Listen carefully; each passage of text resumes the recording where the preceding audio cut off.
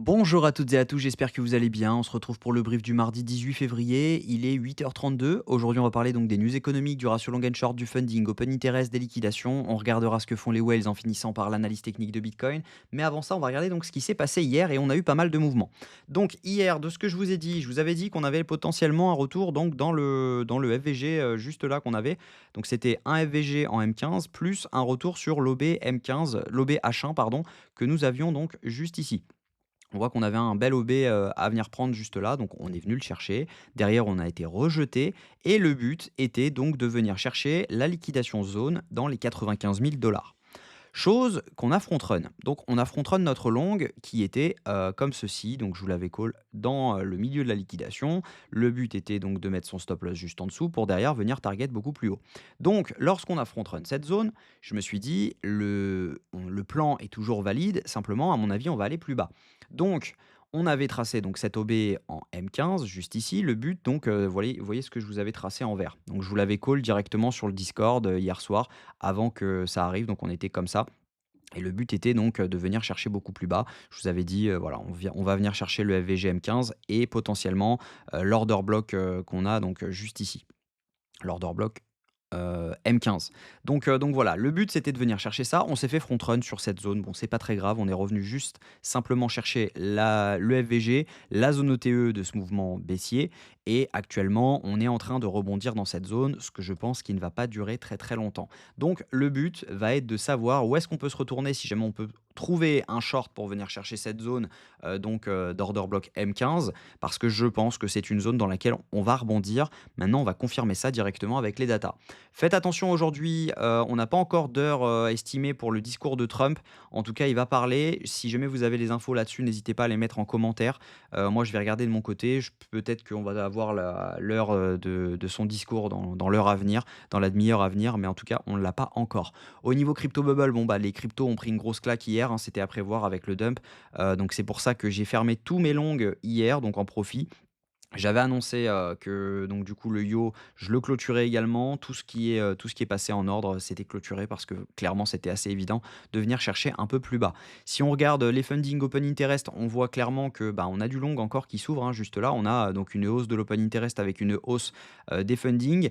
Malheureusement donc, on a également eu pas mal de shorts, juste ici.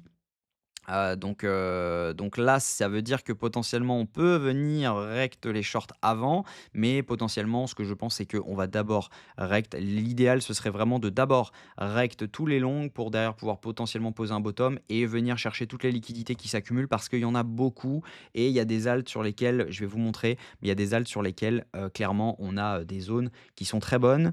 Les rebonds ne sont pas encore bons, mais voilà, il y a énormément de shorts qui se sont ouverts dessus et par conséquent, le rebond va être violent. Là, on voit clairement que sur Bitcoin, bah, c'est essentiellement du short qui s'est ouvert, même si ici, il y avait du long qui s'est ouvert. On le voit, hein, on a eu une hausse de l'open interest, avec une hausse des funding. Donc juste ici, là, il y a eu du long qui s'est ouvert. Potentiellement, ils se sont fermés ensuite.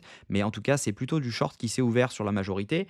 Et également, ici, là, c'était du long parce qu'on voit une hausse de l'open interest avec une hausse des funding. Donc ici, il y a pas mal de longs qui se sont ouverts également. Donc beaucoup de liquidations qui s'accumulent juste en dessous. Donc je pense que c'est une question de temps avant de venir chercher cette zone. Au niveau des liquidations, si on regarde sur les dernières 12 heures, on a un pic de liquidité à venir chercher autour des 97 226 $. Mais le gros pic quand même se trouve en bas parce que sur 24 heures, si vous regardez, on a quand même, un equal low avec un pic de liquidité de près de 200 millions à venir chercher juste en dessous. Mais on n'est pas sur 200 millions, on est sur beaucoup plus que ça parce que si on regarde sur une semaine, bah, on voit clairement que hop, on voit clairement que là, on parle de au moins 500-600 millions à venir chercher si jamais on vient dans cette zone. Donc ça pourrait être vraiment intéressant juste de mesh, de réintégrer et derrière de pouvoir repartir. Donc moi, ce que je pense, c'est qu'on a un plan qui, donc en grosse time frame, donc en H1, H4, je pense que voilà, on peut venir chercher un tout petit peu plus haut et derrière venir complètement rect, sur une mèche. On ravale directement et après on peut potentiellement repartir. En tout cas, voilà, ce plan reste le meilleur selon moi. J'irai pas long maintenant, avec un stop loss en dessous. En tout cas, si jamais vous avez un stop loss, faites attention à vous, parce qu'à mon avis, il y a 90 de chances qu'on vienne chercher cette zone dans la journée ou demain. Donc faites attention à vous. Maintenant, on va passer en plus petite time frame pour savoir est-ce qu'on a une zone, dans laquelle potentiellement on peut short. Donc on voit qu'on a validé notre changement de tendance court terme juste ici, donc on a fait notre changement de tendance. Derrière, on voit que, bah, là, on avait repris la zone OTE de tout le mouvement. Là, on a repris la zone OTE de tout le mouvement. Donc dans l'idée, on viendrait chercher donc là, on avait fait zone OTE plus FVG M5 qu'on avait juste ici. Dans l'idée, il ne faudrait pas clôturer au-dessus des 96 267 pour valider ce plan. Si jamais on commence à encore garder des liquidations ici et on repart et cetera, faites attention parce que là, le rebond ne se fera pas à 94 800 mais il se fera plutôt, sous cette mèche à 94. Donc il faut vraiment qu'on liquide rapidement sous cette mèche pour que, la temporalité du marché soit bonne. Parce que là, clairement, on est en train d'accumuler trop de liquidités, on est sur un triple équal low, on a énormément à venir chercher juste là, donc potentiellement, ça peut clairement, aller beaucoup plus bas si jamais ça dure trop longtemps parce qu'il y aura trop de gens qui auront le temps de rentrer. Et par conséquent, le mouvement, la cascade de liquidité pourrait nous emmener plus bas, un peu comme on avait fait, hop, un peu comme on avait fait ici. Là, vous voyez, on avait fait vraiment une énorme mèche, même si on devait s'arrêter et ça avait duré un peu trop longtemps. Et par conséquent, bah, il y a trop de gens qui étaient rentrés en long, qui ont continué à long malgré la descente et par conséquent, bah, on continue. Donc ce que je pense, c'est que voilà, logiquement, on vient chercher donc les, 95 800, à 96 et ensuite on repart. Ça, c'est le plan vraiment, pessimiste sur lequel, donc ça dure un petit peu, on fait un truc comme ça et on repart. Moi, ce que je pense, c'est que on peut directement tomber, juste là et derrière pouvoir potentiellement poser un bottom. Donc voilà. Au niveau, des cryptos où il y a des zones intéressantes, clairement, il y a le Yo.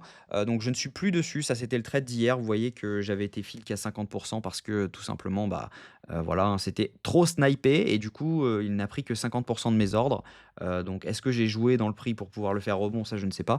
Mais en tout cas, voilà, il a rebond parfaitement, au moment où j'ai acheté. Donc ce trade n'a plus d'actualité.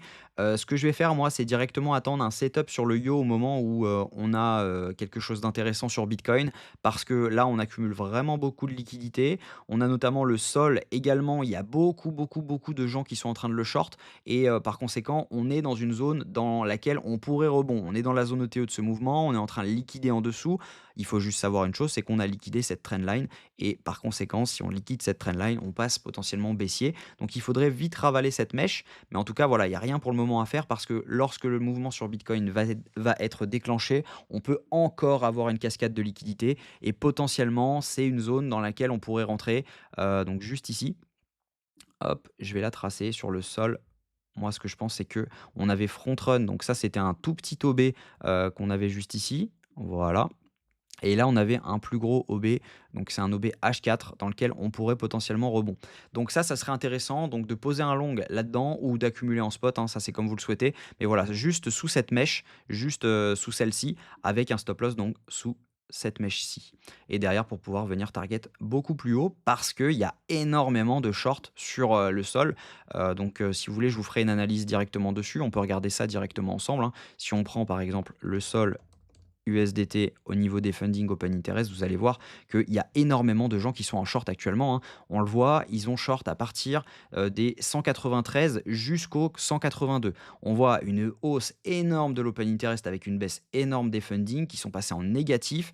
Ça continue encore après. Les funding passent donc à moins 0,017 en sachant que la normalité est à 0,1. Clairement, c'est que du short qui s'est ouvert. Derrière, on voit donc une baisse de l'open interest avec une rehausse des fundings, ce qui veut dire que là, ce sont des shorts qui se ferment. Mais en tout cas, derrière, on revoit une hausse de l'open interest juste ici avec baisse des fundings. Ça veut dire que ici, c'est des shorts qui se sont ouverts. Et là, ensuite, on revoit une hausse de l'open interest avec une majorité en moyenne. On baisse quand même beaucoup plus qu'on monte sur les fundings. Donc, ce qui veut dire que ici également, il y a beaucoup de shorts qui sont ouverts.